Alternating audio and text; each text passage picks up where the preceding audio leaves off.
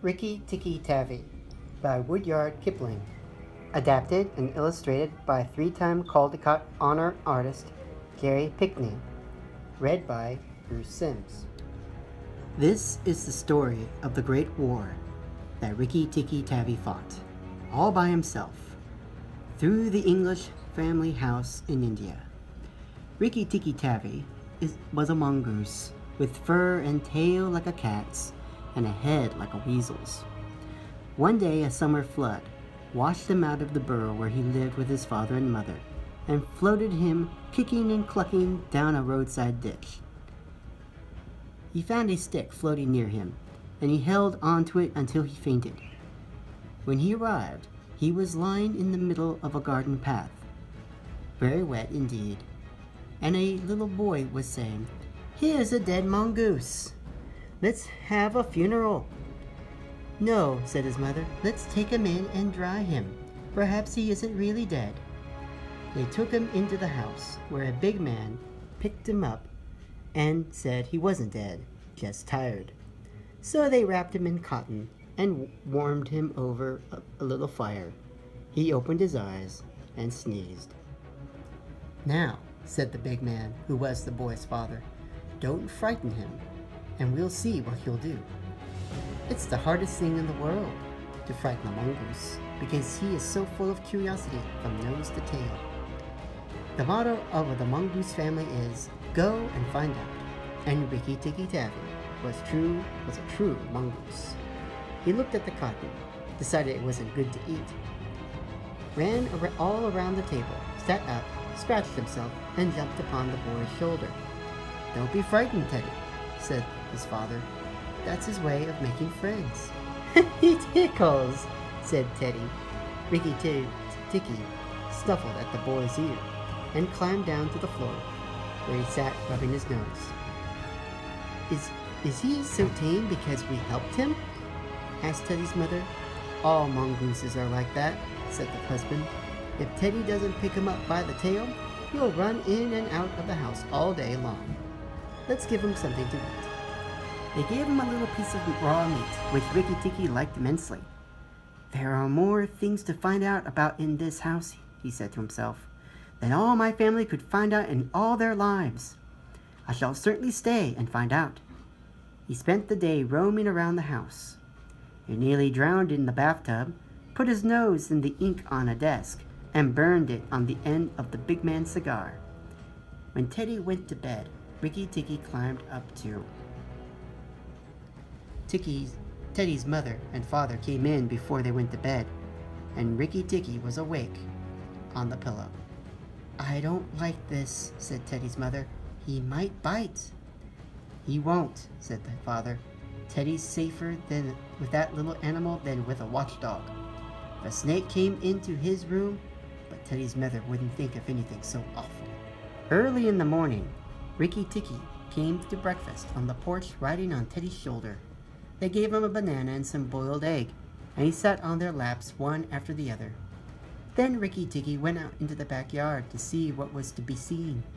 It was a large yard with rose bushes as big as houses, lime and orange trees, and clumps of bamboos. Rikki Tikki scuttled up and down the garden, snuffling here and there, until he heard a very sad voices in a thorn bush. It was Darzy, the tailor bird, and his wife. They had made a beautiful nest by pulling two big leaves together and stitching up the edges, and had filled the inside with fluff. "What's the matter?" said Rikki Tikki. "We are miserable," said Darzy. "One of our babies fell out of the nest yesterday, and Nag ate him." Said Rikki Tikki. "That is very sad, but I am a stranger here. Who is Nag?" Darzy and his wife cowered down in the nest without answering, for from the thick grass at the foot of the bush there came a low hiss, a horrid, cold sound. And inch by inch, out of the grass, rose up the head of Nag, the big cobra, and he was 5 feet long from tongue to tail. When he had lifted 1/3 of himself clear of the ground, he swayed like a dandelion, puffed in the wind, and he looked at Rikki Tikki with the wicked snake's eyes that never changed expression. Whatever the snake may be thinking. "Who is Nag?" said he. "I am Nag. Look and be afraid." Rikki Tikki was afraid for a minute, but it is impossible for a mongoose to stay frightened for very long. Rikki Tikki had never met a live cobra before, but his mother had fed him on dead ones, and he knew that a mongoose's job is to fight and eat snakes. Nag knew that too, and at the bottom of his cold heart, he was afraid. "Well," said Rikki Tikki, "I'm looking, but do you think it is right for you to eat baby birds?" Nag was watching for movement in the grass behind Rikki Tikki. He knew that mongooses in the garden meant death sooner or later, for him and his family. He dropped his head a little and said, "Let's talk. You eat eggs. Why shouldn't I eat birds?" "Behind you! Look behind you!" said Darzee. Rikki Tikki jumped up in the air as high as he could. Just under him whizzed by the head of Nagina, Nag's wicked wife. She had crept up behind as he was talking to kill him, and he heard her hiss as the stroke missed. He came down almost across her back and bit, but he didn't bite long enough, and he jumped away from the whisking tail, leaving Nagina torn and angry. "Wicked, wicked Darzee," said Nag, lashing up as high as he could reach toward the nest. But Darzee had built it out of reach of snakes. Rikki Tikki felt his eyes getting hot and angry as he sat on his tail and hind legs like a kangaroo and chattering with rage. But Nag and Nagina had disappeared in the grass. Rikki Tikki did not follow them, for he did not feel sure he could manage 2 snakes at once. So he trotted off to the gravel path near the house and sat down.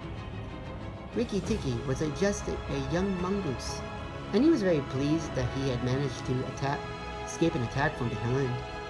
When Teddy came running down the path, Rikki Tikki was ready to be petted. But as Teddy was leaning down, something squirmed and a tiny voice said, "Be careful, I am deaf." It was Karate, the little brown snakeling that lies on the dusty ground in India, and whose bite is as dangerous as the cobras. Rikki Tikki's eyes grew angry again, and he danced up to Karate with the strange rocking, swaying motion that he had inherited from his family. It looks very funny, but it is so perfectly balanced that he could fly off in any direction he wanted, and in dealing with snakes, this is an advantage. He rocked back and forth, looking for a good place to hold. Great strike! Rikki jumped sideways, and the wicked little dusty head lashed right near his shoulder. Teddy shouted to the house, "Come, look! Our mongoose is killing a snake!" And Rikki Tikki heard a scream from Teddy's mother. His father ran out with a stick, but by the time he came up, Rikki Tikki had sprung, jumped on the snake's back, bitten as high up as he could, and rolled away. That bite paralyzed Karate, and Rikki Tikki was just going to eat him up from the tail to the head, after the custom of his family, when he remembered that a big meal makes a slow mongoose. He went away for a dust bath under the bushes, while Teddy's father beat the dead snake. "What's the use of that?" thought Rikki Tikki. "I've already settled it all." Then Teddy's mother picked him up and hugged him, saying that he had saved Teddy's life. Rikki Tikki did not understand the fuss. Teddy's mother might just as well have hugged Teddy for playing in the mud. Rikki was thoroughly enjoying himself. That night, at dinner, walking among the glasses on the table, he could have stuffed himself with good things, but did not.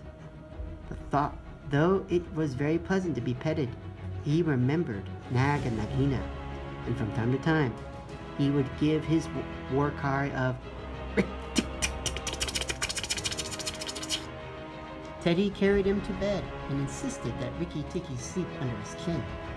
But as soon as Teddy was asleep, he went for his nightly walk around the house. And in the dark he ran up against Chuchundra, the muskrat, creeping near the wall. Chuchundra is a scared little beast. He whimpers and creeps all night, trying to make up his mind to run into the middle of the room, but he never gets there. "Don't kill me," said Chuchundra. "Rikki Tikki, don't kill me." "You think a snake killer kills muskrats?" asked Rikki Tikki scornfully. "Those who kill snakes get killed by snakes," said Chuchundra. "And I am sure, and how am I to be sure Nag won't mistake me for you some dark night?"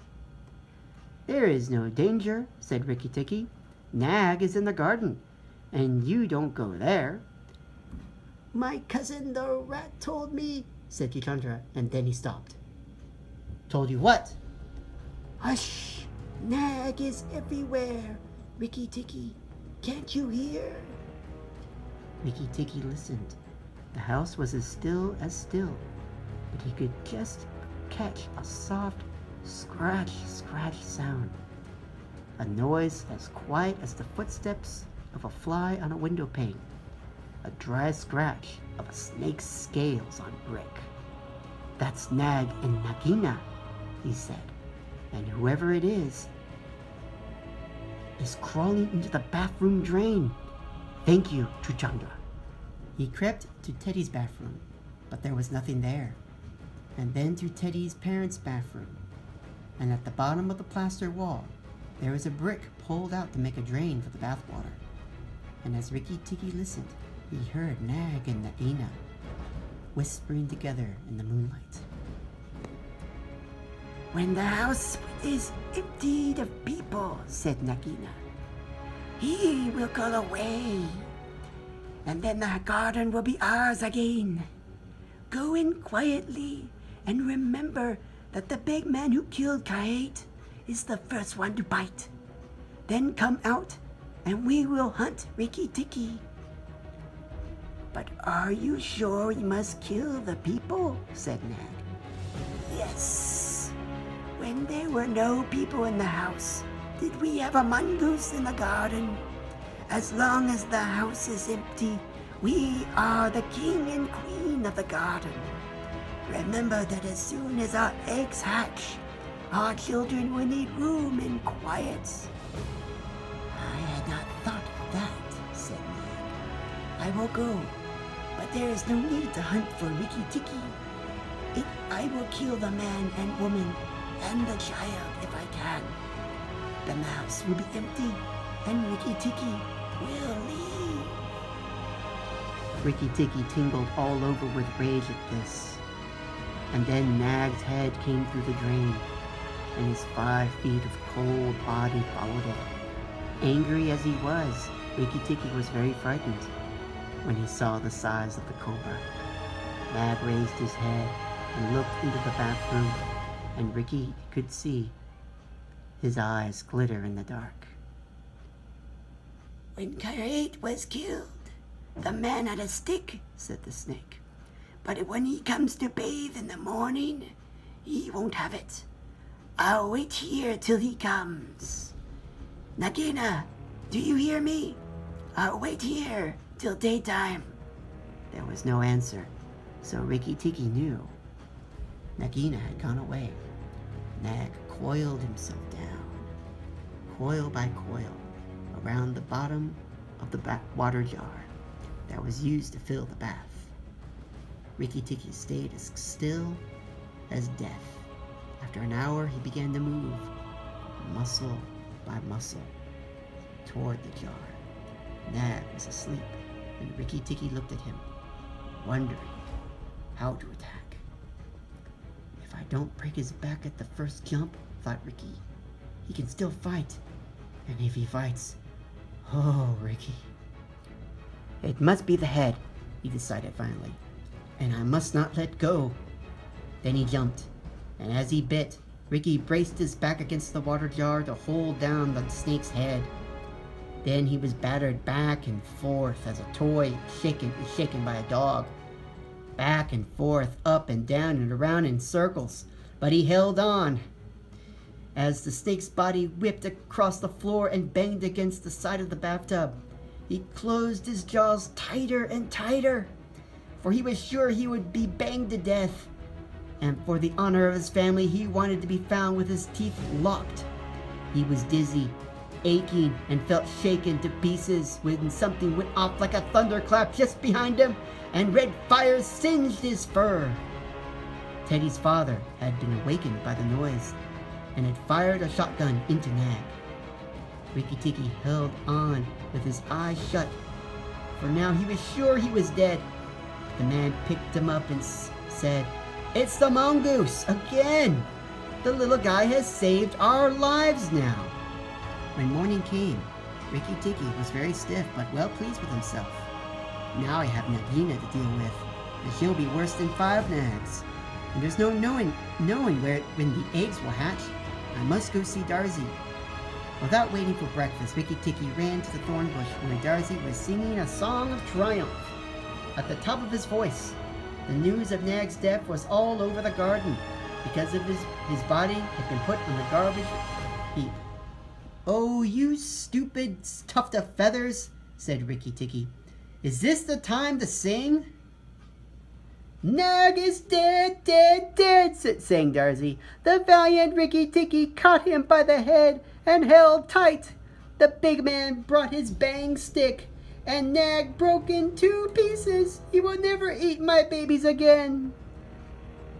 "You're safe enough in your nest there," said Rikki Tikki. "But it's war for me down here. Stop singing for a minute, Darzy." "For the great Rikki Tikki's sake, I will stop," said Darzy. "What is it, O killer of the terrible Nag?" "Where is Nagina?" "On the garbage heap. By the stables mourning for Nag, great Rikki Tikki of the white teeth." "Never mind my white teeth. Do you know where she keeps her eggs?" "In the melon bed, on the end nearest the wall where the sun strikes nearly all day, Rikki Tikki." "You're not going to eat her eggs?"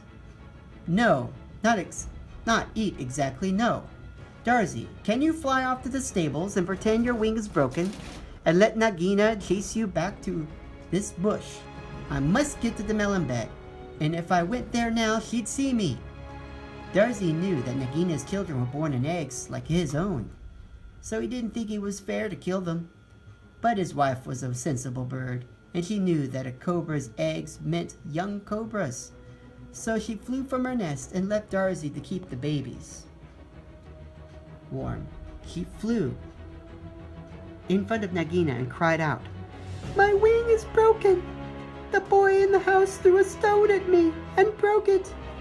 Nagina lifted her head and hissed, "You picked a bad place to be lame in." And she moved toward the bird, slipping along over the dust. "The boy broke it with a stone," cried Darzy's wife. "Well, it may please you to know that when you're dead, I will deal with him. Before night, the boy in the house will lie very still. Now, what's the use of running away? I'm sure they'll catch you." But Darzy's wife fluttered on, never leaving the ground, and Nagina slithered past. Rikki Tikki heard them going up the path, and he raced for the end of the melon patch, near the wall. There, very cleverly hidden, he found 25 small eggs. I was just in time, he thought, for he could see the baby cobras curling up inside the skin, and he knew that the minute they were hatched, they could each kill a man or mongoose. He bit off the top of the eggs as fast as he could, and crushing the deadly young snakes. At last, there were only 3 eggs left. Then he heard Darzy's wife screaming, "Rikki Tikki! I led Nagina towards the house, and she has gone to the porch, and oh, come quickly, she means killing!" Rikki Tikki smashed 2 eggs. With the 3rd egg in his mouth, scuttled to the porch as fast as he could. Teddy and his mother and father were at breakfast, but they were not eating anything. They were stone still, their faces pale. Nagina coiled up within easy striking distance of Teddy's bare leg, and she was swaying back and forth, singing a song of triumph. "Son of man who killed Nag," she hissed. "Stay still. Stay still. Keep very still, all three of you. If you move, I strike. And if you do not move, I strike. Oh, foolish people who killed my Nag." Teddy's eyes were fixed on his father, but all his father could do was whisper, "Sit still, Teddy. Don't move. Keep still." Rikki Tikki came up and cried, "Turn around, Nagina! Turn and fight!" "All in good time," said she without moving her eyes. "I'll deal with you later. Look at your friends, Rikki Tikki. They dare not move, and if you come a step nearer, I strike."